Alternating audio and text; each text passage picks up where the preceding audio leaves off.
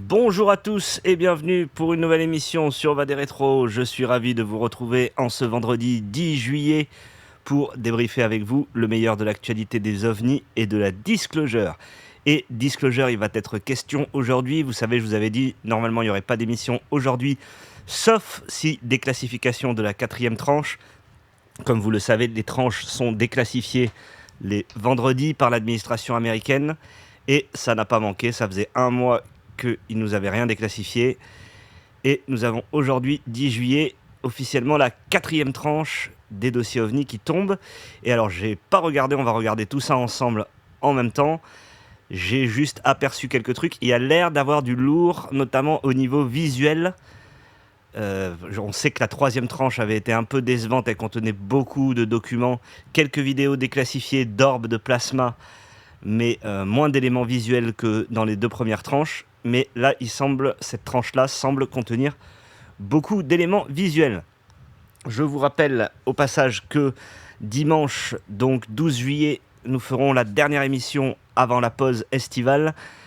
Donc nous ferons un dossier sur Colares, les événements de Colares au Brésil, et nous reviendrons bien sûr sur toutes les dernières actualités de ces derniers jours. Mais aujourd'hui, nous allons nous concentrer sur cette 4e tranche que nous allons voir ensemble, les amis. Donc toujours dans cette même directive Pursue du président Trump. Donc 4e tranche, les amis. Alors, elle contient un peu moins de fichiers que lors des 2 premières. Il y a 4 pages, beaucoup d'images, de vidéos, des PDF également. Comme d'habitude, pour les précédentes émissions où nous traitions les tranches de déclassification, nous allons commencer par regarder tous les éléments visuels, car je sais que c'est ce qui intéresse le plus les gens. Et vous voyez, il y a pas mal de vidéos, donc on va regarder tout ça ensemble. Et dans un deuxième temps, nous irons regarder les éléments audio. Alors j'ai regardé un petit peu, c'est encore des transcriptions audio, des rapports de débriefing des missions Apollo. Ça dure 1h30, donc on va regarder un peu la synthèse, on va lire la synthèse. Après, bien sûr, vous retrouvez le lien de ces dossiers OVNI déclassifiés dans la description de ma vidéo. Et je vous encourage à aller voir par vous-même, à aller écouter tout ça par vous-même. Donc nous allons commencer sans plus tarder par la première vidéo en mer jaune. Donc, le commandement Indo-Pacifique des États-Unis a soumis un rapport d'une anomalie non identifiée. Alors c'est également, vous savez, cet ovni en forme d'étoile là, que beaucoup de gens disaient c'est une fusée de détresse, regardez on voit le parachute. Et donc là, il semble que ce soit une capture en meilleure qualité où on voit mieux l'ovni en question. Voyons voir. Alors désolé, il fait très chaud là où j'enregistre et avec tout le matos qui chauffe, ne m'en voulez pas si je fais des pauses de temps en temps. J'espère que vous n'avez pas trop chaud là où vous êtes, vous aussi. Alors là, effectivement, les amis, c'est pas vraiment une fusée de détresse. Alors encore une fois, comme lors de la première tranche, quand avait été déclassifié ce type d'ovni, il y a forcément, à mon avis, à ces endroits-là de la réfraction sur l'objectif, mais au centre, ce qui est capté par le capteur militaire, on voit bien la forme que ça a. Et ça m'a fait penser, je vous renvoie à ma vidéo sur la première tranche de déclassification, je vous montrais une photo d'ovni qui n'est pas authentifiée du coup par l'armée, mais qui ressemblait beaucoup à ce type d'ovni.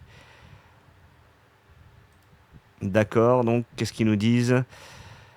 Le censeur, donc le commandement Indo-Pacifique a soumis un rapport d'un phénomène aérien non identifié, donc un PAN, à l'ARO, consistant en 18 secondes de vidéo d'un censeur infrarouge à bord d'une plateforme militaire américaine en 2025. Alors, est-ce que cette image est issue de la même plateforme militaire que l'extrait qu'on avait vu, vous savez, de l'ovni étoilé là, qui bougeait dans toute l'image, ou est-ce que c'est le même type d'ovni prise par une autre plateforme militaire ? Donc le censeur effectue un panoramique pour traquer la zone de contraste ressemblant à une étoile à 6 pointes, et le capteur militaire arrive à la capter globalement centrée dans l'axe de l'écran. Donc voilà, il n'y a pas plus de précision. Comme d'habitude, c'est des images issues de capteurs militaires. Donc vous voyez toutes les bandes noires là, ce sont des caches de censure pour masquer toutes les informations des capacités opérationnelles de ces drones, de ces avions de chasse. Et les images qu'on voit sont toujours volontairement dégradées, hein, les amis. Et bien sûr, elles n'incluent pas les métadonnées pour pouvoir faire des enquêtes plus poussées. Mais elles ont le mérite d'être là. Alors, ensuite, donc sur la mer de la Chine de l'Est, voyons voir ça. Donc les senseurs s'ajustent. Qu'est-ce que c'est le contexte? Donc le commandement Indo-Pacifique a soumis un rapport à l'ARO, toujours. 5 minutes de vidéo d'un capteur infrarouge à bord d'une plateforme militaire. Donc on va regarder ça.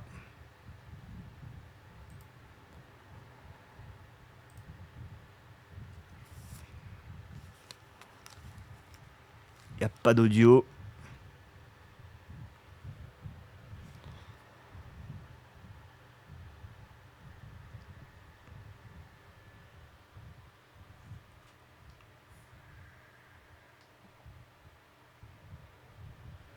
Alors bien sûr, je vous le rappelle, dans ces tranches de déclassification, il y a des ovnis authentiques, qu'ils soient fabriqués par l'homme ou qu'ils soient d'origine exogène, mais il y a aussi des vidéos de bullshit volontairement mises dans le tas pour induire en erreur. Ça, on voit clairement qu'il émet un rayon lumineux, ou alors qu'il traîne une deuxième partie là.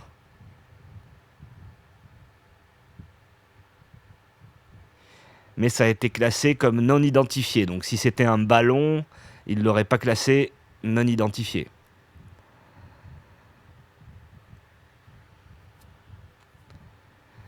Ça me fait penser à l'OVNI Jellyfish. Je vous invite à aller rechercher Jellyfish UFO, l'OVNI qui planait au-dessus de l'Irak. Et de la vidéo qu'avait fait leaker Jérémy Corbel.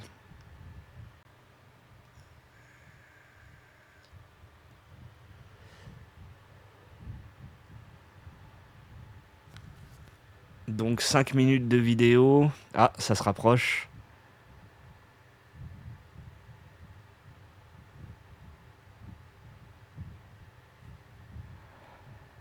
Attendez. Ouais.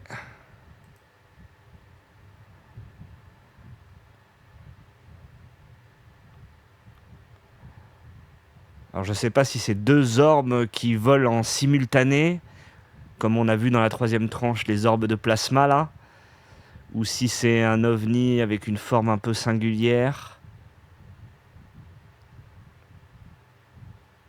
Alors là, il switch sur un autre mode de capture.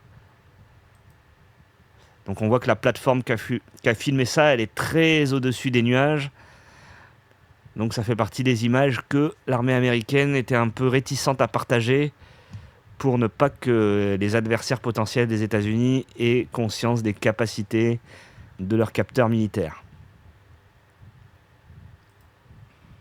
Mais on voit que le tracking qu'il a fait relativement précis là, il le fait depuis une très haute altitude.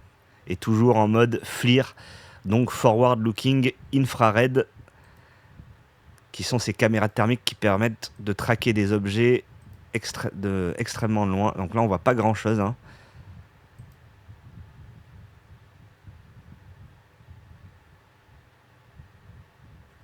Donc là voyons voir.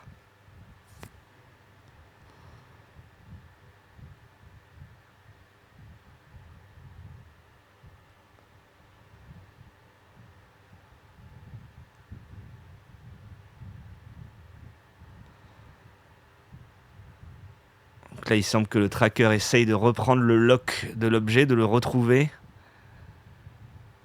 Ah, et voilà, d'accord. Ici, ah, je l'ai vu en bas. Je l'ai vu juste en bas. Je sais pas si vous l'avez vu vous aussi. Oui, juste là. Attendez.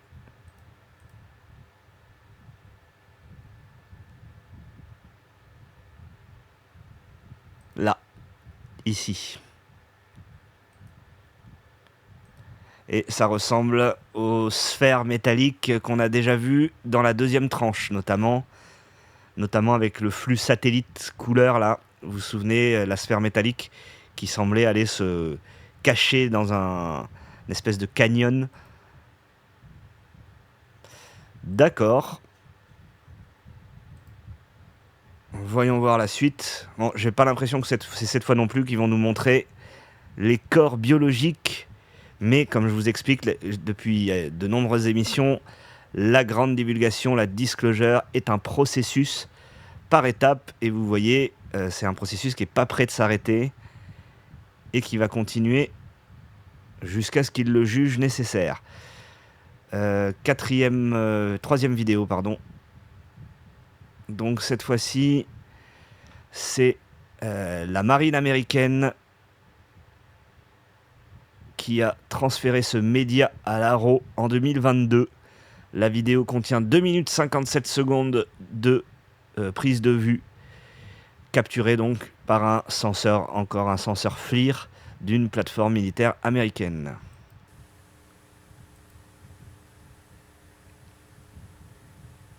Est-ce que j'ai bien mis le son? Il n'y a pas d'audio toujours. Alors tout ce que vous voyez là, bien entendu les amis, les images sont volontairement dégradées. Oh. Et bien sûr de larges bandes de censure. Donc, est-ce qu'ils vont nous remontrer au ralenti l'objet passé?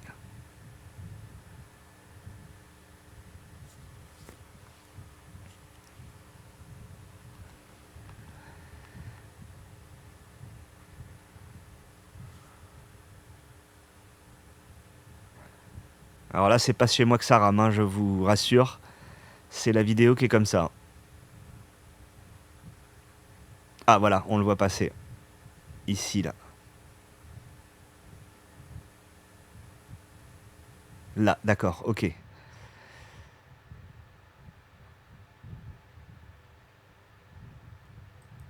Dites-moi ce que vous en pensez dans les commentaires, les amis.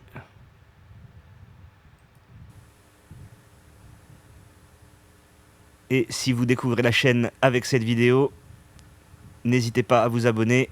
Je traite de toute l'actualité autour des ovnis et de la disclosure, la grande divulgation qui est en cours, notamment depuis les États-Unis.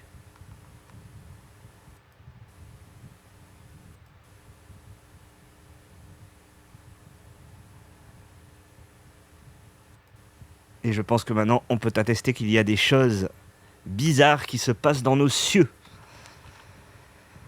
C'est une certitude. On peut débattre de l'origine, mais l'existence de ces phénomènes aériens non identifiés est une certitude. Dans le Gulf of America, l'ancien golfe du Mexique renommé par Trump en 2019. Donc cette fois-ci, toujours c'est l'Air Force cette fois-ci qui a soumis ce rapport à l'Arrow, consistant en 8 secondes de vidéo d'un capteur infrarouge.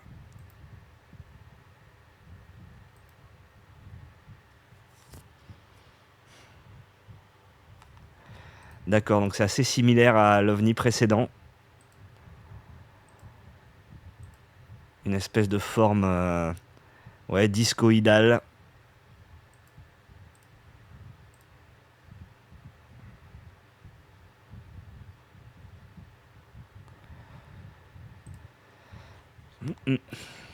Je vous renvoie à mon dossier sur Bob Lazar notamment. Donc Gulf of America, on en était où là? 1, 2, 3, Gulf of America. Alors, cette fois-ci, c'est une image de la NASA d'un objet non identifié en 1996. Oula, ça c'est du lourd les amis. Donc durant STS-80, donc une mission de la navette spatiale, entre le 19 novembre et le 7 décembre 1996, les astronautes à bord de la navette spatiale Columbia ont capturé une série de 3 images d'un objet non identifié en orbite basse terrestre. Dans la première photographie, l'objet est visible près du centre de l'image, à la droite de l'horizon de la Terre. Donc est-ce qu'on peut voir ça un peu mieux? Donc là on a la première image. Là on a la deuxième image. Donc c'est clairement un ovni triangulaire. Je vous invite d'ailleurs, tous ces dossiers sont téléchargeables, on ne sait jamais. Des éléments peuvent être retirés après coup. C'est déjà arrivé apparemment pour la première tranche. Ils ont déclassifié puis retiré quelques trucs. Je vous encourage à télécharger. Vous avez un lien d'ailleurs où vous pouvez tout télécharger d'un coup, toutes les vidéos et tous les documents. Je vous encourage, si vous vous intéressez à ces sujets, à tout télécharger et à stocker. Et la troisième image, donc où se trouve l'objet là, je le vois pas bien. Où est-ce qu'il est? Ah, peut-être là, je sais pas. Là, il est moins visible.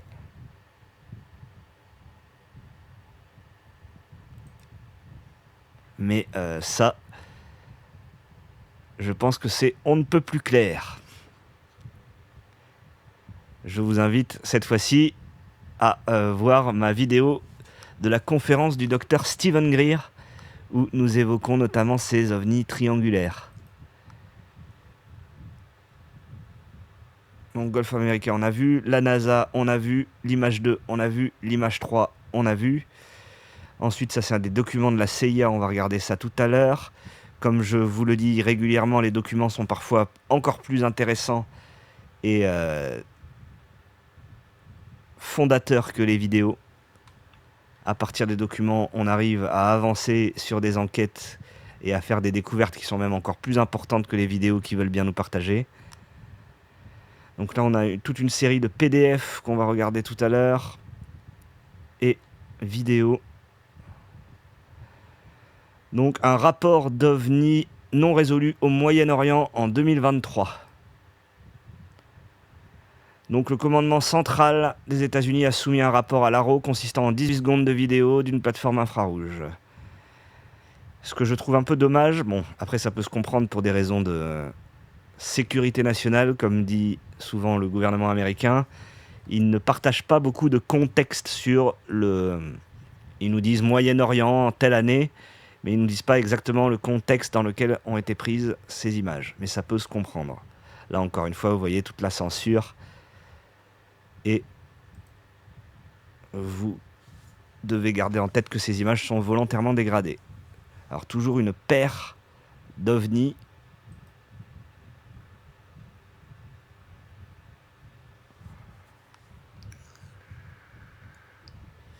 Et celui-ci en plus. Qui ressemble clairement à un tic-tac, hein, même s'il est loin.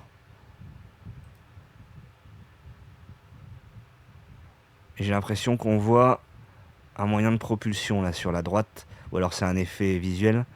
J'ai l'impression que là on voit un petit peu de... comme une éjection de réacteur quoi.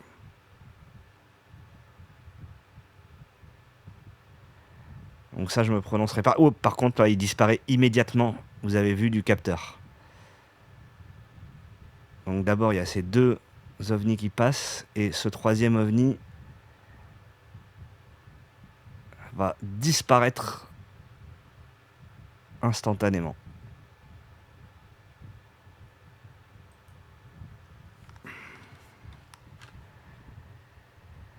Je vous laisse me dire ce que vous en pensez dans les commentaires. Encore un rapport d'OVNI non résolu, toujours au Moyen-Orient 2023, donc c'est peut-être issu de la même série. Donc toujours la même description, pas de contexte sur le capteur qui a pris les images. Ça ressemble par contre à un flux satellite. Non, c'est toujours un drone. Wow. Attendez voir ça.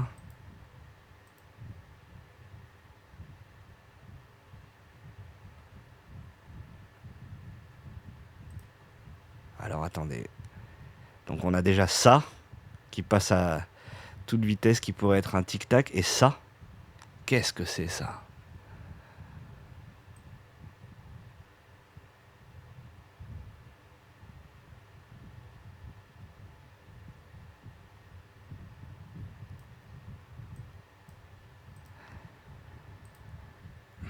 Je vous laisse me donner votre avis.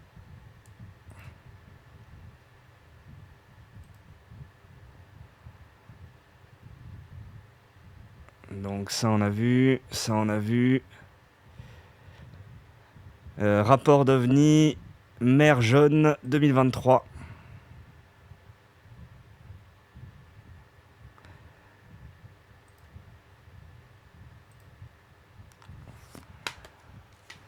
Donc là on voit la mer, on voit un navire là qui navigue. Et ouais, toujours ces sphères métalliques. Hein. Alors après, est-ce que c'est une sphère ou est-ce que c'est une orbe de plasma? C'est difficile à dire. Alors, ça a clairement l'air technologique de plus près.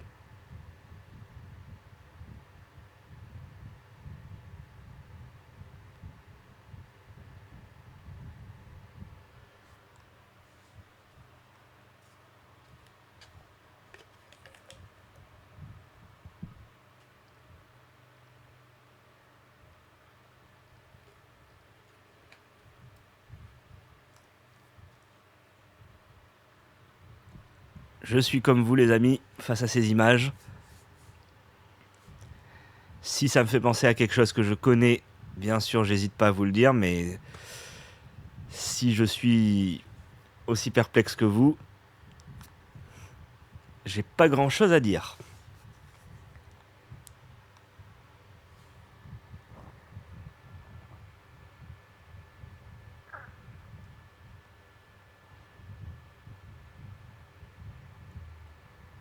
Ouais, c'est clairement pas une orbe de plasma, en tout cas, c'est clairement un objet technologique. C'est pas non plus une sphère. Alors le capteur militaire ne se lock pas dessus, c'est à signaler.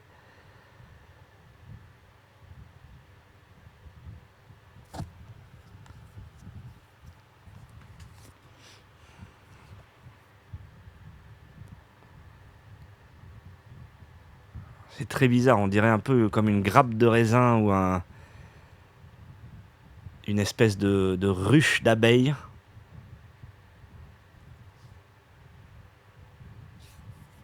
C'est clairement quelque chose d'exogène, ça. Ce n'est pas du tout un design humain, comme peuvent l'être les ovnis triangulaires ou autres.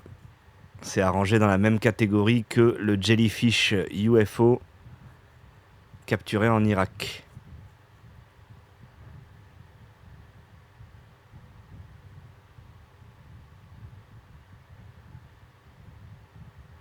Il est à noter d'ailleurs que le jellyfish UFO en Irak, il est visible clair comme de l'eau de roche sur les caméras, notamment infrarouges, mais en réel, les gens qui étaient là ne le voyaient pas dans le ciel. Hein. Donc il y a une technologie qui permet de s'invisibiliser. Donc là, est-ce qu'on est dans la même configuration? Est-ce que c'est un objet qui est visible en infrarouge mais invisible avec une prise de vue normale? Je ne sais pas.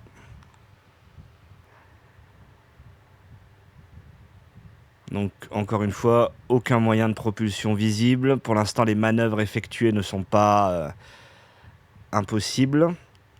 Oh, alors là, est-ce que c'est l'image... C'est pas moi qui déconne là, hein, c'est la vidéo qui déconne.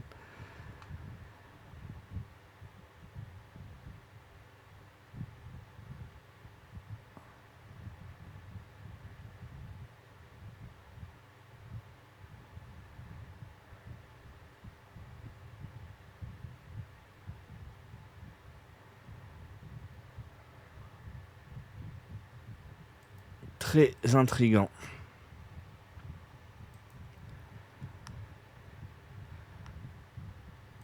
Ensuite, donc on a vu ce maire de la Chine du Sud en 2024. Toujours un rapport soumis à l'ARO par le commandement Indo-Pacifique des États-Unis.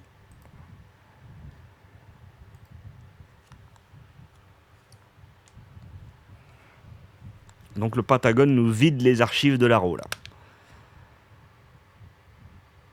j'aimerais bien voir aussi les archives de Wright Patterson, de Pax River, de Groom Lake, la zone 51. Mais c'est déjà un début, les amis.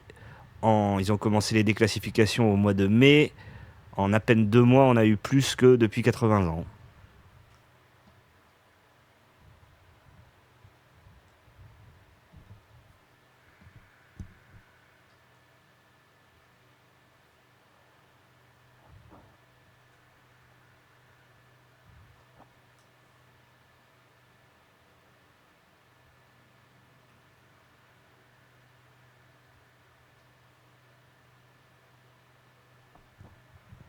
Ça, c'est assez dingue, je sais pas ce que vous en pensez. On dirait une formation de plusieurs objets distincts, ou alors une formation unique, je ne saurais pas dire.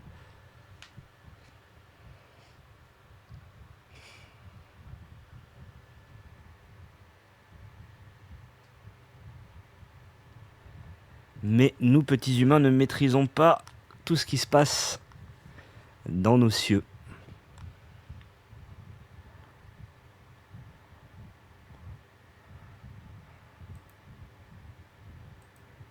Et ça a l'air beaucoup plus complexe que quelques objets.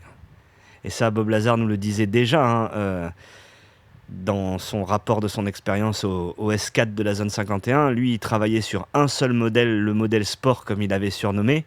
Mais il avait vu lors d'un vol d'essai où les portes des hangars latéraux siens étaient ouvertes, il avait aperçu plein de designs différents qui étaient clairement pas fabriqués par l'homme.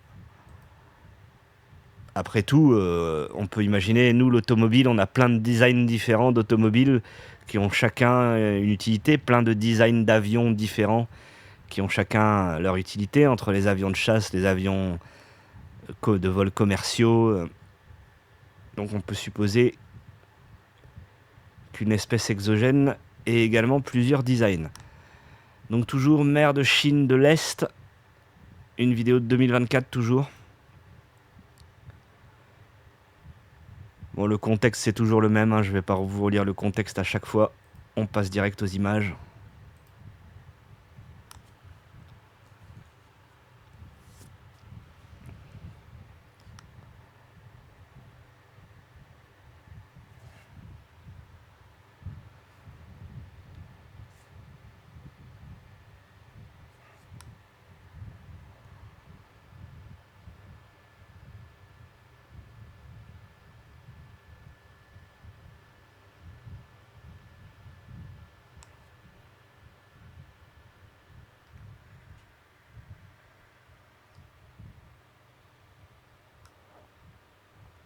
Ok.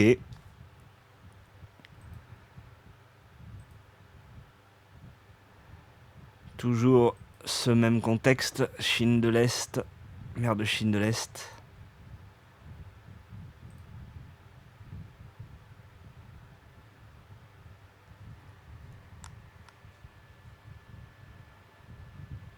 Alors là, ça ressemble potentiellement à une soucoupe inclinée. Ça ressemble un peu à la vidéo du Gimbal UFO. L'objet est clairement, là, cette fois-ci, loqué par le capteur militaire. Ça pourrait être un objet triangulaire aussi, c'est difficile à dire avec la distance.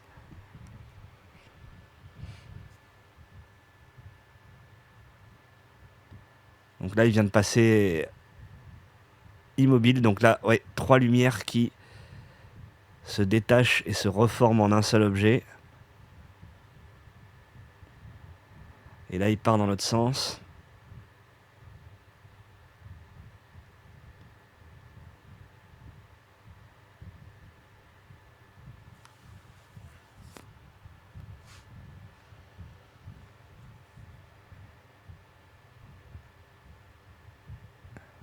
Et là, il semble freiner.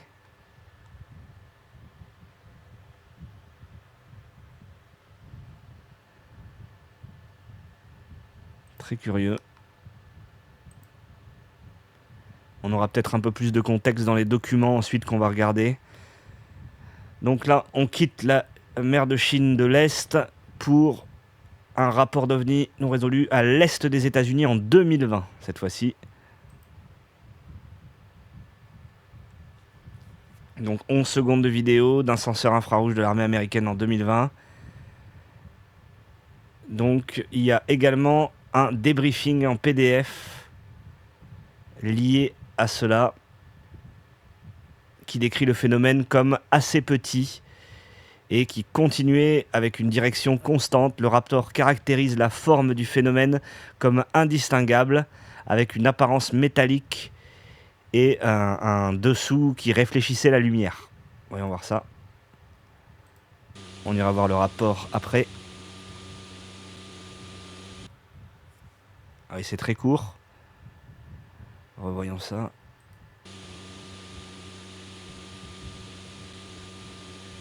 Ouais, il y a quand même des soubresauts d'accélération bizarres. Hein.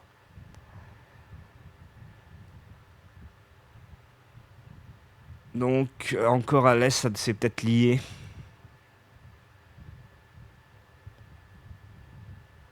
Donc là, 28 secondes de vidéo. Mais ils nous en mettent que 23 secondes.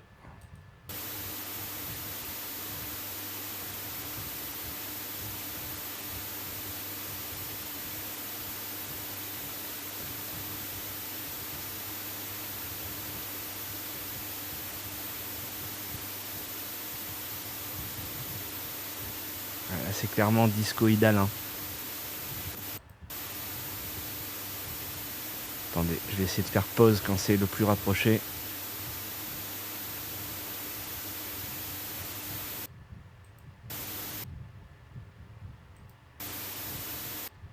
Ouais. Ça, c'est clairement un disque. Et vous avez vu l'accélération ?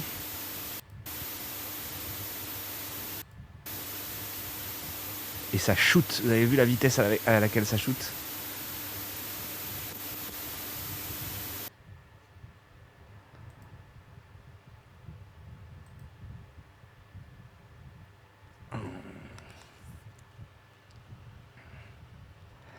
Ça, on a vu.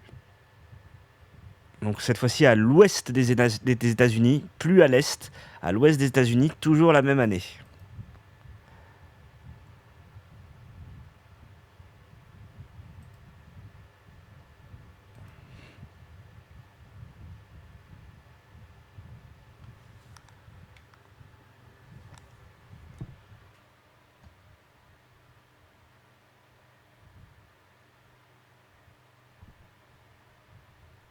Alors là, on voit pas grand-chose. Hein. Ah si. Toujours un tandem de deux orbes. Alors là, ils nous ont censuré, ils nous censurent l'image massivement, plus la dégradation volontaire de la qualité. Non, on dirait clairement un disque. Hein. Et un autre. Ça, c'est des images très importantes, les amis. Je pense que les images qu'on est en train de regarder, elles vont tourner. Et vous voyez le disque qui oriente sa direction exactement comme Bob Lazar l'avait décrit lors des vols d'essai. C'est dommage que la qualité soit pas un peu meilleure. Rassurez-vous, c'est pas ça la qualité qu'ont les plateformes militaires américaines. Hein. C'est volontairement dégradé. Là, c'est clairement un disque. Je vous encourage à aller voir l'excellent documentaire de Luigi Vanditelli, S4 de Bob Lazar Story. Je vous le mets dans la description. Et vous comprendrez mieux ce que vous êtes en train de regarder là dans cette vidéo précise.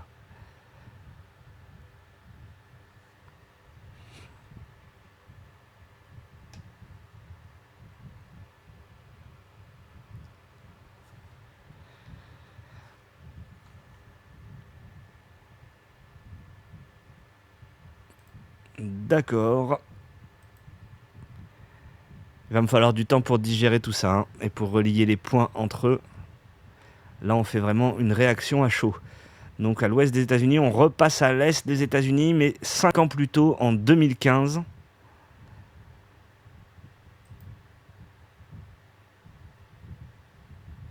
« 21 secondes. Donc attendez, qu'est-ce qu'il disait dans le contexte ?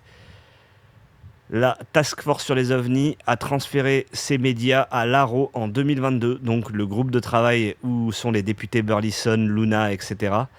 Donc ils ont dû obtenir ça par leurs sources et transmis cette vidéo à l'ARO en 2022. La vidéo contient 21 secondes de vidéo.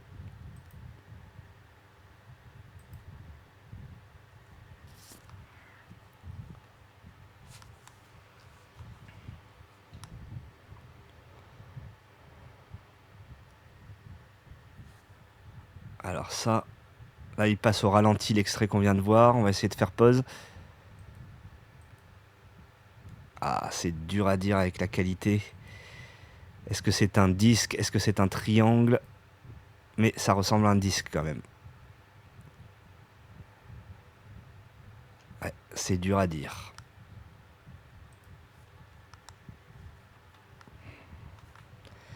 Et encore une fois, ces différentes tranches de déclassification devraient nous mener à un discours de Donald Trump. Quand? Je sais pas. Peut-être aujourd'hui, qui sait.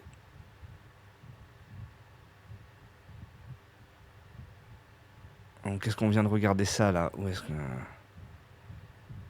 Non, ça, on n'a pas regardé ça.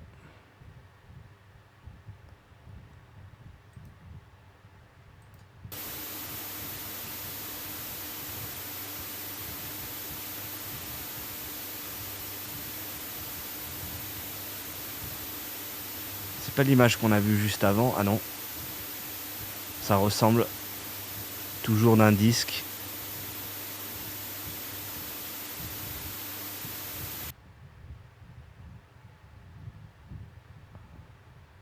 Ah si, on avait vu, pardon, excusez-moi. La chaleur. 2015, donc ça on a vu. Là on repasse en 2020, à l'est.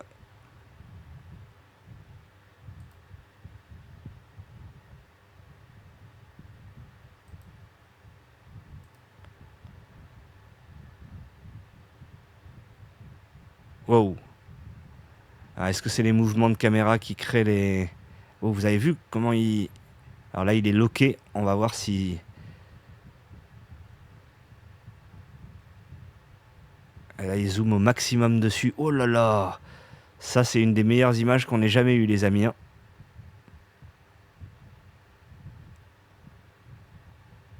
On voit clairement la réflexion lumineuse dessus.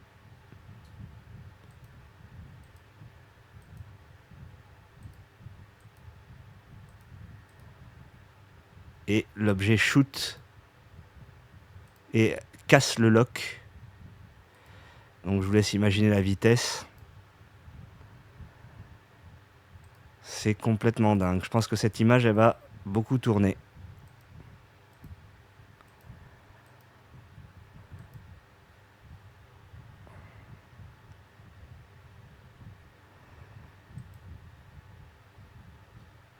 DPR 110.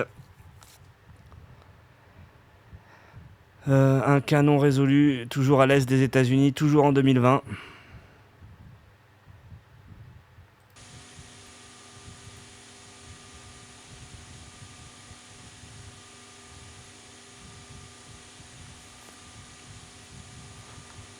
Alors le capteur là il essaye d'accrocher, il n'y arrive pas.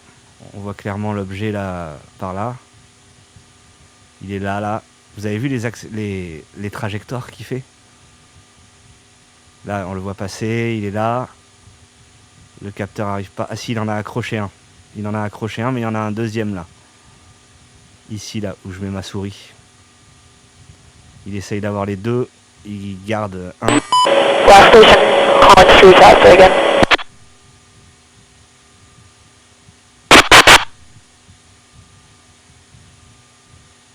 Donc ça c'est l'audio original hein, qui est dans la vidéo.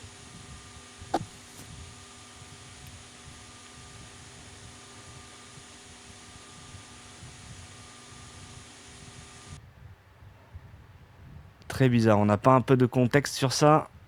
Non, toujours le commandement. Le commandement du Nord des États-Unis a soumis ce rapport à l'ARO, au Pentagone, donc consistant en une vidéo d'1 minute. Et comme je vous le dis, les rapports sont quotidiens ces derniers temps, notamment depuis que les avions américains ont upgradé leur radar, depuis qu'ils ont leur nouveau radar. Ils envoient tous les jours au radar ou en contact visuel. Donc, voyons voir ça. Est des États-Unis, toujours.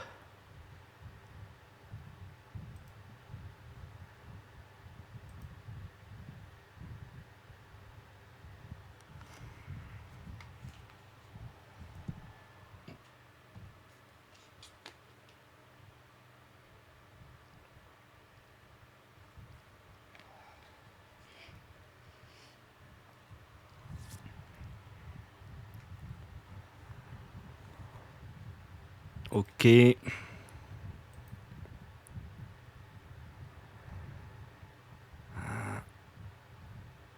Alors là, pourquoi ils passent de PR 112 à PR 114 d'un coup? Ils en ont supprimé entre-temps. Donc cas non résolu cette fois-ci au-dessus de l'océan Atlantique en 2016, donc il y a 10 ans. Et tout ça est resté classé secret défense depuis tout ce temps.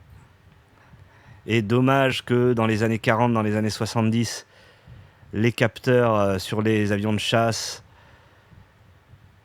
et qu'il n'y avait pas les drones et tout ça, parce que je pense qu'à ces époques-là, on aurait eu de sacrées images également.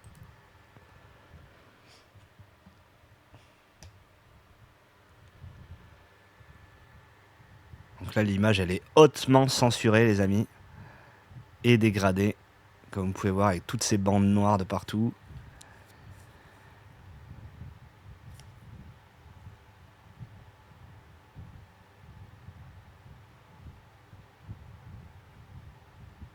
Wow. Et là, on a clairement un cas d'accélération instantanée, qui est un des observables, comme on dit, pour qualifier quelque chose déjà de non identifié, mais de technologie non humaine. Car la technologie humaine ne peut pas faire des manœuvres qui défient les lois de la gravité, la technologie humaine ne peut pas faire d'accélération instantanée, la technologie humaine ne peut pas changer de milieu à la volée, hein, passer de l'air à l'eau, de l'eau à l'espace, on ne sait pas faire. La technologie humaine ne peut pas planer pendant des heures et partir dans l'espace. Sinon, vous imaginez bien, on n'aurait pas besoin de nos fusées qui sont une technologie des années 40. Hein. On n'aurait pas besoin de tout ça. Donc, océan Atlantique, là, toujours au-dessus de l'océan Atlantique, mais 4 ans plus tard, en 2020.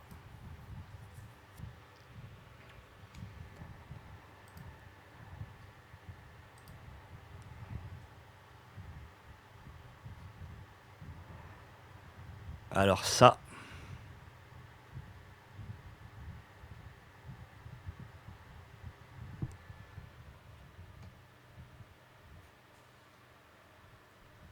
Ça, c'est extrêmement bizarre et ça me fait réellement penser à l'OVNI Jellyfish. Vous avez vu comment il s'étend? Alors ça, les amis, je crois que c'est une des meilleures images qu'on ait jamais eues. Et c'est très probablement un objet de ce type, de cette origine, qui a plané au-dessus de l'Irak et qui a donné la fameuse vidéo Jellyfish UFO. Et vous voyez, on est vraiment sur un design qui n'a rien à voir avec tout ce que l'humanité a déjà produit. Et venez pas me dire que c'est une fusée de détresse, hein, ça, hein, dans les commentaires. Ou un ballon Star Wars ou je sais pas quoi. Il y a un moment où il va falloir aussi accepter les éléments de preuve, les amis, pour ceux qui sont sceptiques parmi vous. Je sais pas ce qu'il vous faut de plus. Là, c'est vraiment une image qui va faire date.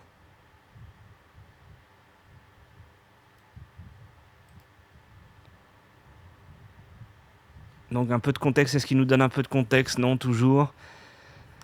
32 secondes vidéo et un Ranger Fowler débrief décrit le phénomène comme sombre, d'une couleur marron, approximativement 12-15 pieds en hauteur, donc à peu près un objet qui faisait à peu près 4-5 mètres, 4-5 mètres de haut.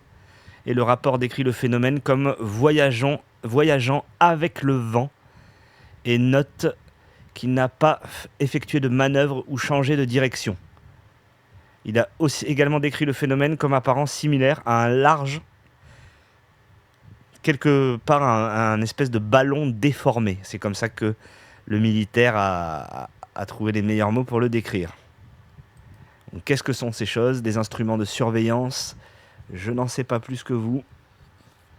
Est-ce qu'il faut croire le docteur Greer qui nous dit que tout ce qui n'est pas fabriqué par l'homme est fabriqué par des espèces extraterrestres qui sont profondément pacifiques et veulent notre bien? Ou est-ce qu'il faut croire Obama qui avait dit à Eddie Vedder, le chanteur de Pearl Jam, lors d'un dîner privé à Hawaï. Eddie Vedder lui demandait qu'est-ce qu'était la réalité autour de ces ovnis et qu'est-ce qui se passait avec tout ça. Et Obama lui avait dit « Lisez le problème à trois corps ».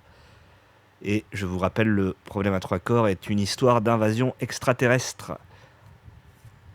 Des extraterrestres qui s'attachent à tuer notre science et nos meilleurs scientifiques. Est-ce que ça vous rappelle rien? Et des extraterrestres qui s'attachent à déployer des moyens de surveillance sur Terre préalables à leur invasion à venir. Et ensuite, donc, on a un PDF du FBI, une correspondance. Donc ça, on va regarder ça après. Voyons voir si on a fini avec les vidéos. Et ensuite, on a des audios. Donc voilà, c'est tout pour les vidéos. Je trouve que c'est pas mal, hein, cette tranche. On a été bien servi en images. Alors je sais, beaucoup d'entre vous auriez aimé voir les soucoupes dans les hangars du S4 de la zone 51 en 4K et les corps, mais c'est progressif. Et puis c'est une enquête en cours, comme je vous ai déjà expliqué. La Maison-Blanche, le président des États-Unis n'est pas briefé sur toutes ces choses-là. Donc ils ont missionné une task force, un groupe de travail sur ça pour aller déclassifier ça. Ils travaillent avec des sources comme David Grush, comme des gens qui faisaient partie de cet appareil du renseignement et de l'armée américaine pour identifier des éléments en vidéo à déclassifier, mais ils n'ont pas le droit d'aller perquisitionner les bases en question. Vous vous doutez bien qu'ils ont leurs sources également, ces programmes secrets, et que quand il y a une visite de prévu, ils nettoient la zone. Si vous travaillez dans une entreprise, vous savez que quand il y a une inspection, tout le monde est le doigt sur la couture du pantalon, on nettoie les lieux pour l'inspecteur qui arrive. Alors imaginez un programme de rétro-ingénierie de matériel exogène, quand ils ont vent qu'un député va venir visiter telle ou telle base, comment ça se passe? Donc on aura probablement un jour les images des biologiques. De toute façon, Jérémy Corbell a dit qu'il avait ces images et que si elles n'étaient pas incluses dans les prochaines tranches, il n'a pas dit cette tranche numéro 4, il a dit dans les prochaines tranches, il va laisser faire la Maison-Blanche à son rythme, mais si le département de la Défense ne joue pas complètement le jeu, il les diffusera lui-même. Donc, ne vous inquiétez pas, on aura les images tôt ou tard des biologiques. Donc on va reprendre du début et on va regarder donc les PDF en question. Alors, une conférence à Los Alamos, donc le laboratoire sur les phénomènes aériens en 1949. Donc une transcription d'une conférence en 1949 tenue au laboratoire de Los Alamos où ont été développées les premières bombes atomiques, je le rappelle, où travaillait notamment Monica Reza, la scientifique spécialiste de la science des matériaux qui est portée disparue. Des participants à la conférence, incluant plusieurs scientifiques éminents et physiciens. Beaucoup d'entre eux ont contribué au développement des premières armes atomiques durant le projet Manhattan. Le but de cette conférence était de discuter et de rassembler des hypothèses pour déterminer la nature et l'origine du phénomène qui impliquait des boules de feu vertes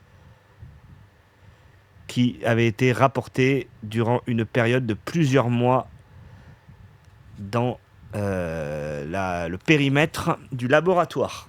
Et on se souvient, je ne sais plus si c'est dans la 3e ou la 2e tranche, on avait également des rapports militaires qui témoignaient de ce phénomène de boules de feu vertes qui avait été aperçu au-dessus de périmètres militaires. Et donc là, c'était au-dessus de Los Alamos. Le groupe en question n'est pas arrivé à un consensus sur une véritable attribution pour ce phénomène. Malgré tout, l'hypothèse principale était que ces observations pourraient être liées à des météores qui entreraient dans l'atmosphère à un angle particulier et à haute altitude. Le docteur Edward Teller, donc l'inventeur de la bombe à hydrogène, a suggéré que si ce n'était pas un corps matériel, c'était peut-être un phénomène à électrons qui pourrait être la cause de ces orbes, ces boules de feu vertes. Pendant que le docteur Lincoln Lapace, un expert spécialiste en météores, a exprimé que rien de tout ça, à sa connaissance, n'avait jamais été observé dans le cas d'une chute de météorite. Donc Teller, il était expert en physique nucléaire, mais pas en météorite. Et l'expert en météorite, il disait que son hypothèse, là, que c'était des corps qui entraient dans l'atmosphère, elle n'était pas vraiment valide, parce que jamais rien de tel n'avait été observé. Donc je vous invite à aller télécharger et lire ce document. Ce que je vais faire après vous avoir quitté, les amis. Ensuite, on a une analyse d'incidents impliquant des objets volants aux États-Unis en 1949. Ce dossier... Alors, qu'est-ce que c'est? Ça, c'est un schéma qu'ils ont fait.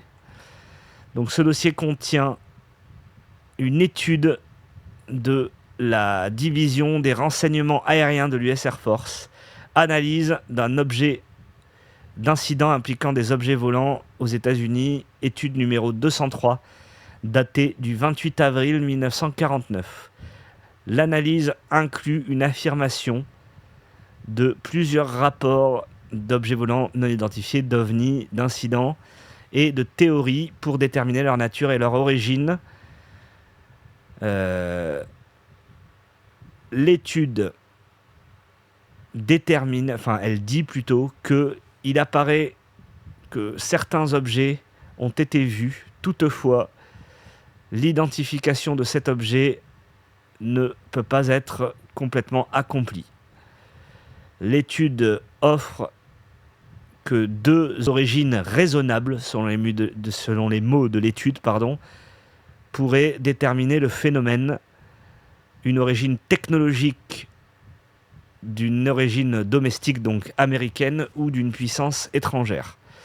Elle suggère également que si ça vient d'une puissance étrangère, il est prudent pour les États-Unis de penser que les observations d'OVNI sont attribuables aux scientifiques militaires, aux activités des renseignements de l'Union soviétique, et que dans ce cas, elles doivent être prises très au sérieux, car de tels objets posent une menace.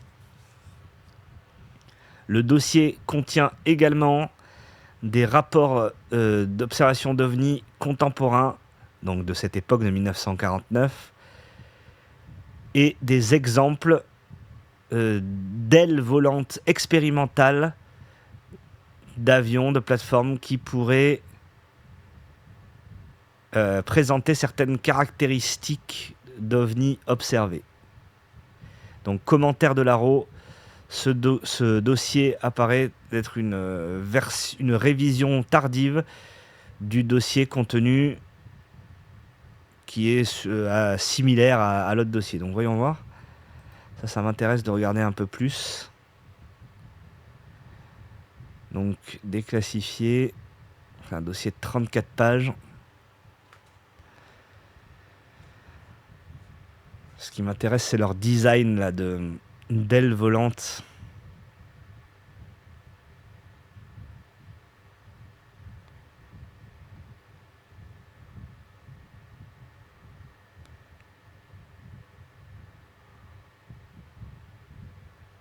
Ok, donc là, c'est les photographies originales des ovnis de l'époque. Et ça, c'est des agrandissements à partir des photographies originales. Donc là, c'est un agrandissement de celle-là.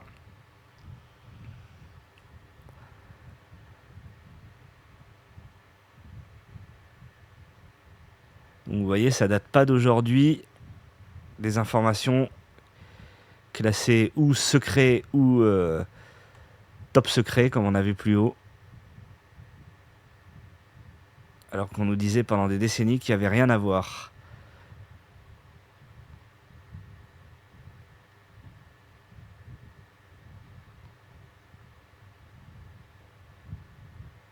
Donc ça doit être ça, les images de design d'ailes expérimentales qui pourraient correspondre à des observations d'OVNI.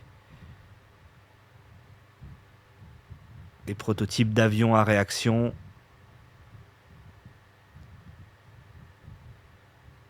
Mais c'est clairement pas ça qui est observé, les amis. Voilà, c'est ça que je voulais voir. Je vous laisse aller regarder tous ces documents. Comme je vous dis, les documents sont parfois encore plus intéressants que les images, bien que pour cette 4e tranche, les images soient quand même, vous en conviendrez, assez intéressantes.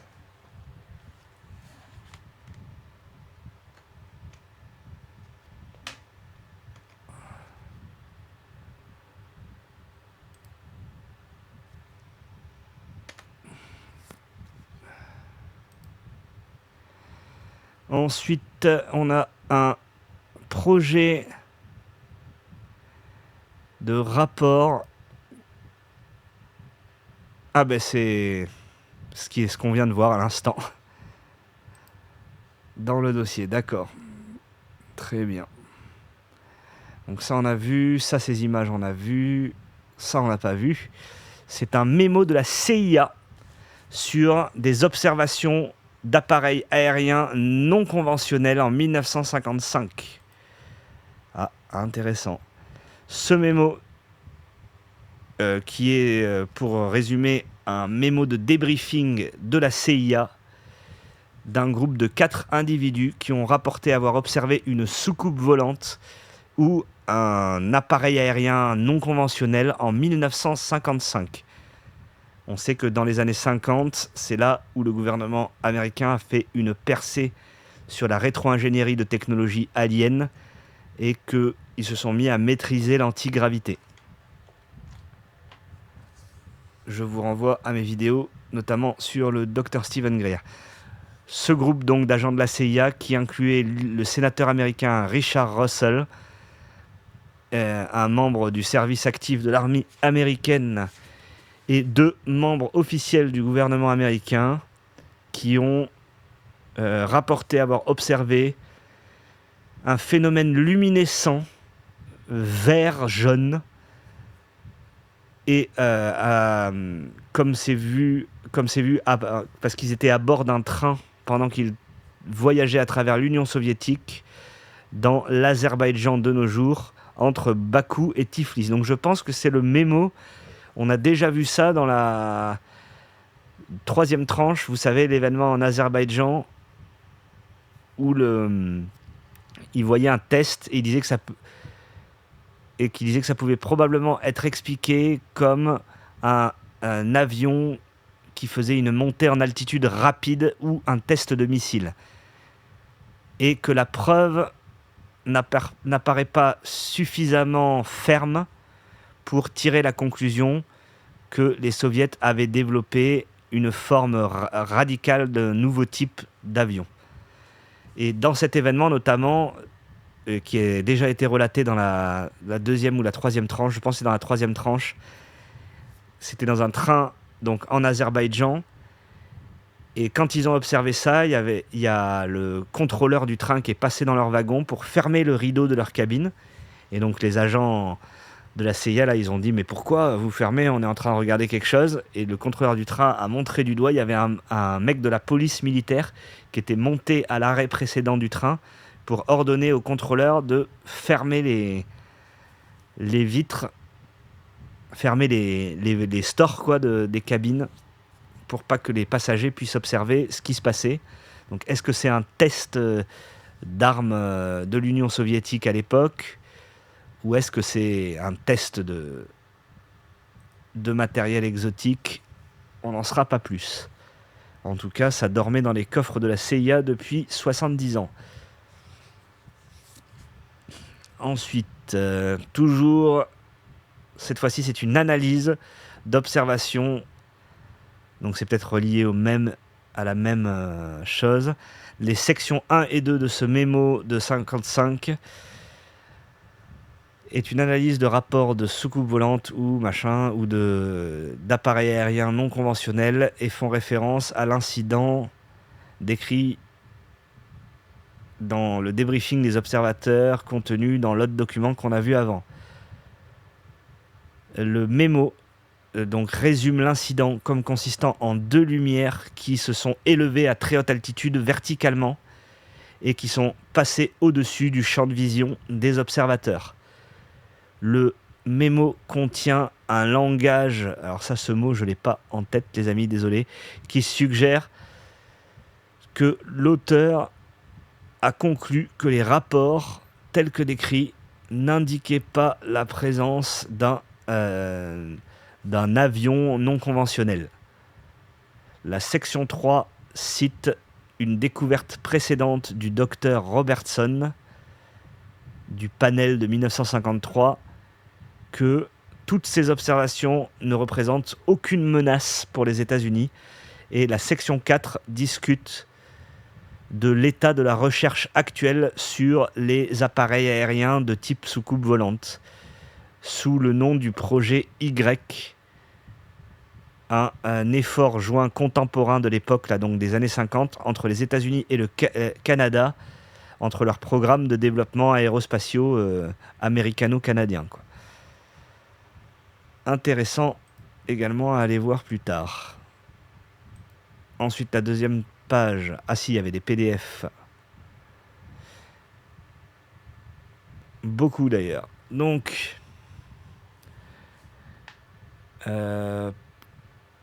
Pantex. Donc, ce dossier contient l'imagerie et le rapport documentant les circonstances entourant l'incident du 1er septembre 2015, un incident impliquant un objet non identifié qui s'est introduit dans l'espace aérien au-dessus de la centrale de Pantex près d'Amarillo au Texas. La centrale de Pantex est un site sensible de la sécurité nationale qui contient une usine primaire pour l'assemblage, le désassemblage et la maintenance et l'extension de la durée de vie des armes nucléaires. La page 5 et 6 de ce rapport ont été originalement déclassifiées sous l'initiative Pursue dans une forme plus censurée le 22 mai, donc dans la deuxième tranche en 2026. Donc c'est un rapport qu'on a déjà vu dans la deuxième tranche, mais qu'ils ont jugé de nous livrer dans une version moins censurée. Donc une intrusion le 1er septembre 2015 d'un objet non identifié près d'un site hautement sensible de la sécurité nationale. Donc c'est un document qu'on a déjà vu dans ma vidéo sur la deuxième tranche. Je vous invite à aller le voir. Ça, c'est un débriefing de 2020. Ce document est un débriefing, un rapport standardisé de la marine américaine utilisé pour enregistrer les circonstances entourant une intrusion non autorisée dans un espace aérien contrôlé durant des opérations militaires actives ou l'entraînement. Ces rapports contiennent une description narrative des expériences des observateurs. Ce rapport accompagne la vidéo, donc une vidéo qu'on a vue plus tôt là. Donc un opérateur militaire rapporte avoir observé un objet qu'il décrit comme plutôt petit et qui continuait dans une direction constante. Vous vous souvenez dans les vidéos qu'on a vues juste avant. Le rapport caractérise la forme du phénomène comme indistinguable, avec une apparence métallique et une surface inférieure qui reflétait la lumière. Très bien. Donc ça, c'est également un rapport, mais cette fois-ci de l'événement au-dessus de l'océan Atlantique en 2020. Donc ça, c'est ce qu'on avait lu. Oui, voilà, c'était, vous vous souvenez, les images très très parlantes là, de l'objet sombre de couleur marron, approximativement 4-5 mètres de haut. Et c'est une des images les plus chocs qu'on a vues juste avant. Et ça, c'est le rapport officiel de l'observation qu'a rempli le militaire qui a fait l'observation. Ça, on a vu, ça, on a vu, ça, on a vu. Donc, département de l'armée de l'air, comité pour faire une révision du projet Blue Book 1966-1967.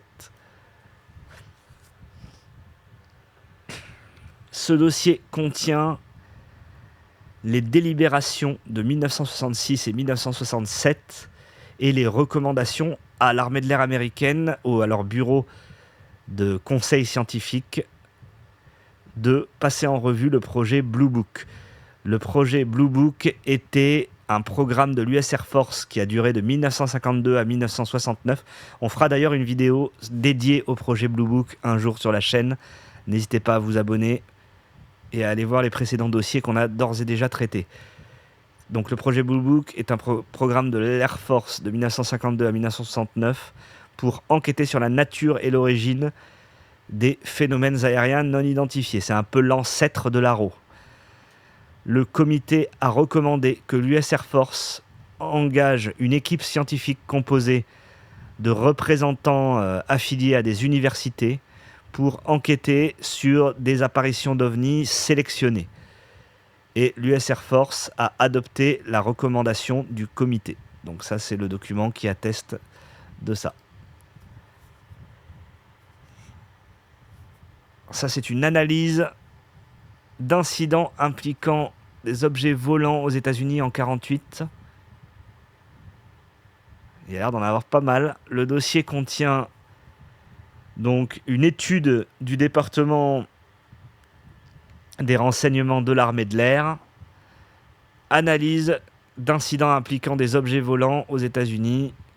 L'analyse inclut des déclarations de plusieurs observations, donc d'OVNI, et des théories quant à leur nature et leur origine. Toutefois, l'étude dit qu'il apparaît que certains objets... Ouais, on l'a déjà lu ça, tout à l'heure. Donc, ouais.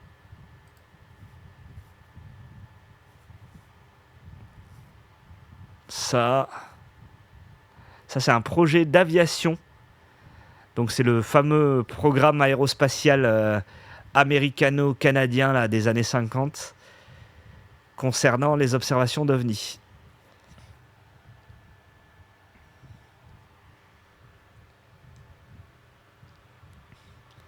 Donc le dossier contient des rapports, des mémos et la correspondance concernant plusieurs en développement systèmes de décollage verticaux et d'atterrissage, un peu comme on voit actuellement sur les F-35 américains. Le dossier inclut des déclarations du potentiel expérimental de ce Avro Projet Y, une opération américano-canadienne de créer un avion presque circulaire qui est similaire en apparence aux descriptions contemporaines d'OVNI. On sait d'ailleurs que le design en forme de soucoupe comme ça avait également été pensé par les scientifiques allemands. Et comme là on est dans les années 50, beaucoup des scientifiques de l'aérospatiale américaine devaient être des scientifiques allemands, donc de l'Allemagne hitlérienne, ramenés aux États-Unis par l'opération Paperclip. Donc ça ne m'étonnerait pas que ces scientifiques aient ramené avec eux le design d'un appareil aérien en forme de soucoupe. Un mémo de 1954 opine du fait que cet avion avec ce système de décollage vertical, là, avec une plateforme circulaire, pourrait être pris par des ovnis, par les observateurs non familiers avec de telles technologies. Il recommande également que les rapports d'ovnis dans le périmètre des opérations militaires soviétiques ou des atouts soient réexaminés pour déterminer s'ils pourraient être attribués à des précédentes prototypes d'avions à décollage verticaux de design de puissance étrangère, quoi. Ouais, on va voir ça quand même, ça m'intéresse, voir s'il n'y a pas des éléments visuels.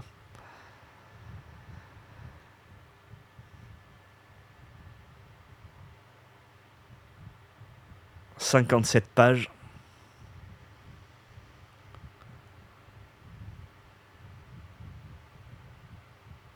Ouais, pas l'air d'avoir beaucoup de choses visuelles pour voir leur... J'aurais bien aimé voir leur design en question là, d'avion à décollage vertical en forme de soucoupe.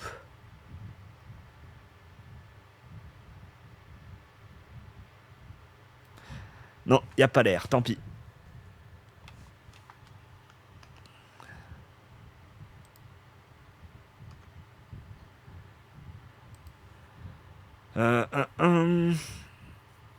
département de l'Air Force, ouais, ça on l'a vu.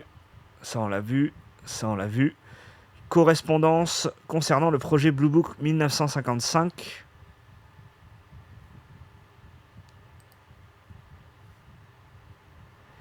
Ce dossier contient la correspondance relative au projet Blue Book, donc l'ancêtre de l'ARO. Donc ce programme de 1952, ils nous refont l'origine.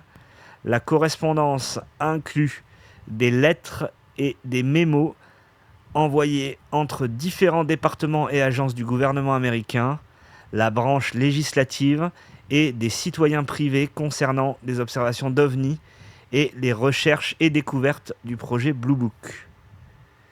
Ça aussi, ça pourrait être intéressant.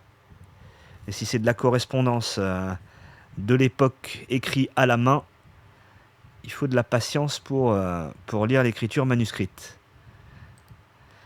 Ensuite, c'est les vidéos qu'on a vues en début de vidéo. La 3e page, c'est que des vidéos. Ah, il y a un PDF. Correspondance du FBI relative à des observations d'OVNI en 1967 et en 1975. Ce dossier contient 2 pièces de correspondance. La première, datée du 22 septembre 1967, relaie la description d'un incident fourni par un enfant de 11 ans qui dit avoir entendu un bruit bizarre et vu un flash de lumière.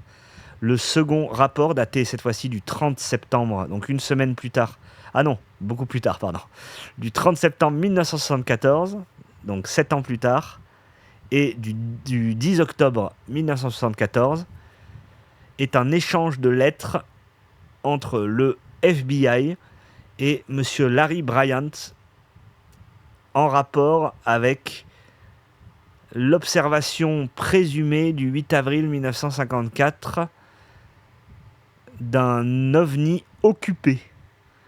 La réponse du FBI à M. Bryant, à la requête de M. Bryant, indique qu'ils n'ont maintenu aucun rapport d'un tel événement et que, autour de 1974, le bureau ne collectait aucune information concernant les observations d'OVNI. Donc voilà. Donc là, on a noir sur blanc un rapport d'un enfant qui a vu un OVNI, qui a entendu un bruit bizarre, et vu un flash de lumière, et un autre rapport qui est un échange entre le FBI et une requête d'un citoyen privé qui avait vu le 8 avril 1954 un OVNI occupé, qui avait contacté le FBI et qui lui avait répondu « On ne garde aucun rapport d'observation d'OVNI à cette époque ». Et enfin, la 4e page, ce sont des audios. Alors, on va pas pouvoir les écouter parce qu'ils durent des heures. Chaque audio, c'est 1h36. Ce sont des débriefings d'émissions Apollo 14 de la NASA. Donc, le dossier contient le segment 1 sur 2 d'un débriefing post-mission de l'équipage d'Apollo 14 au centre des vols habités, aujourd'hui le Johnson Space Center à Houston, au Texas. Dans l'enregistrement, les membres de l'équipage et les débriefeurs discutent du phénomène des flashs lumineux et ils détaillent maintenant un effet biologique bien documenté où des rayons d'énergie cosmique passent à travers l'œil et frappent la rétine. C'est un phénomène qui cause une perception de flash lumineux. Enfin, ça, c'est pas très intéressant, on le connaît. Si vous avez déjà vu des interviews de Thomas Pesquet ou d'astronautes qui ont été sur la Station Spatiale Internationale, même quand ils dorment, qu'ils ont les yeux fermés, ils ont des flashs lumineux parce que les rayons cosmiques ne sont pas filtrés par l'atmosphère quand vous êtes dans l'espace. Et donc, vous avez ces radiations, si vous voulez, qui frappent l'œil, la rétine, le nerf optique, et ça vous fait un flash lumineux. Il paraît que c'est très désagréable, disent les astronautes. Mais malheureusement, ça fait partie du boulot. Et donc, ils discutent de ça pendant 1h30. Je vous passe cet extrait. Enfin, je vous le passe dans le sens, on fait l'impasse. Donc là, ça doit toujours être la même chose, je suppose. Ouais, là, c'est le segment 2 sur 2, donc 32 minutes celui-là. Donc en tout, vous avez 2 heures où il vous parle de ce phénomène de flash lumineux dans l'œil. Pas très intéressant. Ensuite, là, c'est un débriefing, cette fois d'Apollo 17, 1972, la dernière mission Apollo. Débriefing médical. Ce dossier contient le segment 1 sur 2 du débriefing post-mission médicale d'Apollo 17, blablabla. Dans le rapport, les membres d'équipage discutent de flash lumineux encore et de ce phénomène. 2 des 3 membres d'équipage rapportent avoir observé ces flashs à différents moments de la mission, incluant l'orbite lunaire et pendant qu'ils étaient à la surface de la Lune. Et le débriefing continue dans l'autre dossier. Donc toujours la même chose sur les flashs lumineux. Voilà les amis pour cette 4e tranche qui, somme toute, au niveau visuel est très intéressante. Les documents, il y a l'air d'avoir un peu de la redite par rapport aux précédentes tranches, bien qu'il y a des choses que je vais regarder plus en détail. Je n'hésiterai pas à vous en parler si c'est pas dimanche. C'est à la reprise des émissions. Laissez-moi vous dire quand elle aura lieu. Précisément le 26 juillet. Ouais. Donc là, on se retrouve dimanche pour une dernière émission ensemble. Et ensuite, reprise des émissions le dimanche 26 juillet. Mais donc je regarderai les documents en détail pour essayer de voir s'il y a des choses qu'on aurait ratées. Mais en tout cas, au niveau visuel, même si je sais, c'est pas la soucoupe en 4K, c'est pas la photo de l'autopsie de l'alien, mais ça, vous vous doutez bien que quand vous balancez tout ça, vous balancez la grande divulgation, vous balancez la bombe atomique de la divulgation, avec toutes les conséquences que ça a derrière. Montrez-nous les corps, expliquez-nous d'où ils viennent, comment on veut voir quels sont leurs organes, quelle est leur technologie, d'où viennent-ils, comment ont-ils fait ça, on veut la même chose. Et toutes les conséquences sur la société, économique, sociétale, philosophique, religieuse. Donc on aura un jour ces bombes, que ce soit par le Pentagone ou par l'entremise de lanceurs d'alerte, que ce soit un Edward Snowden des ovnis, un David Grush qui nous fera sortir ça, ou que ce soit par des journalistes d'investigation qui ont déjà ces images, comme Jérémy Corbell et George Knapp, mais qui ont choisi de faire confiance à l'administration américaine actuelle pour aller à son rythme. Mais en tout cas, cette 4e tranche était beaucoup plus riche que la 3e en images de qualité, et je pense que de nombreuses images que nous avons vues aujourd'hui vont faire le tour des réseaux et de l'actualité ufologique pendant longtemps. Donc merci à tous d'avoir suivi cette vidéo exceptionnelle aujourd'hui jusqu'au bout. Si vous avez aimé l'émission d'aujourd'hui, n'hésitez pas à vous abonner, un pouce, un commentaire, ça fait plaisir et ça aide énormément la chaîne. N'hésitez pas aussi à booster la vidéo depuis l'application mobile pour aider toutes ces informations à être vues un maximum, notamment en France où le sujet est beaucoup moins traité qu'aux États-Unis. Quant à moi, je vous donne donc rendez-vous dimanche soir pour la dernière vidéo de la saison, on va dire, avant la reprise le 26 juillet. Bonne soirée, gardiez les yeux ouverts, salut!